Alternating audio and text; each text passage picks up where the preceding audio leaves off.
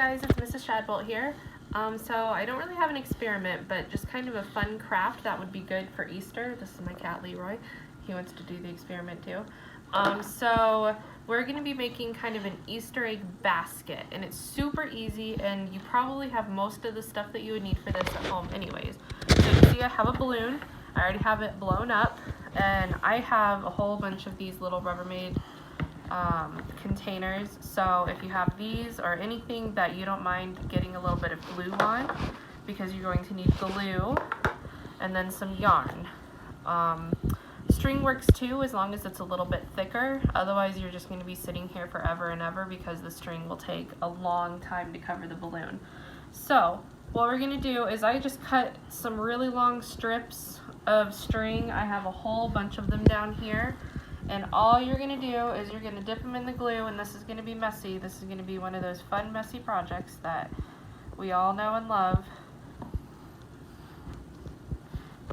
And then you're going to take out your string and kind of sploosh some of the glue out as you go. That way it's not dripping with glue.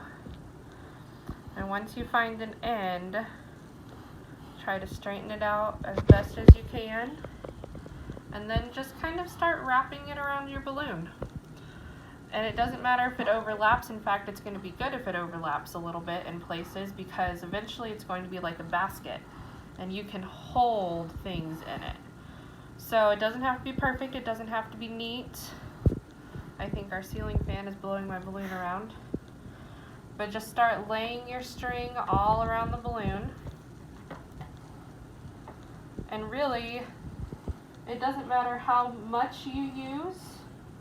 Like I said, as long as the bottom of your balloon, the biggest part, has a pretty decent amount. That way, when you go to put something in it, especially if you're making a bowl with it, then you know that you're going to have something solid there to hold whatever you're putting in it.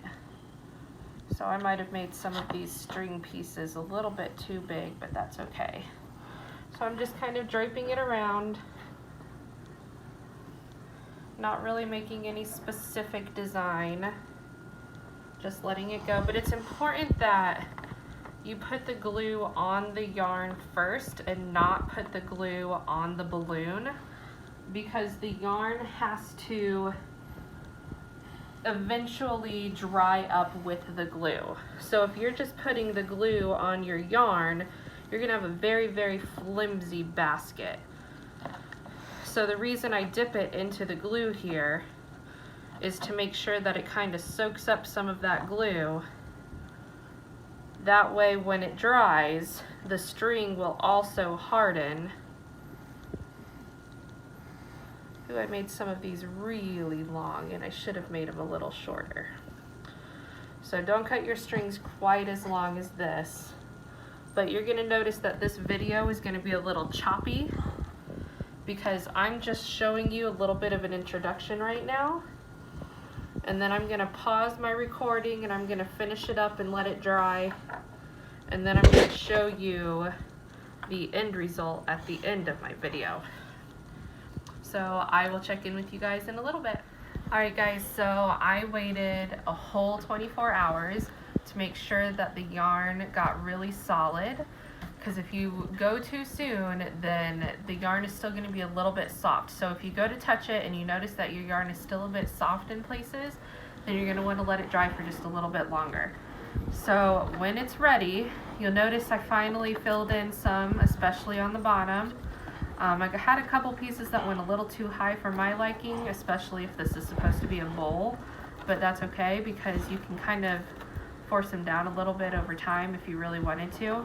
So the easiest thing to do is you just pull this part out just a little bit, take your scissors so you can snip a little hole.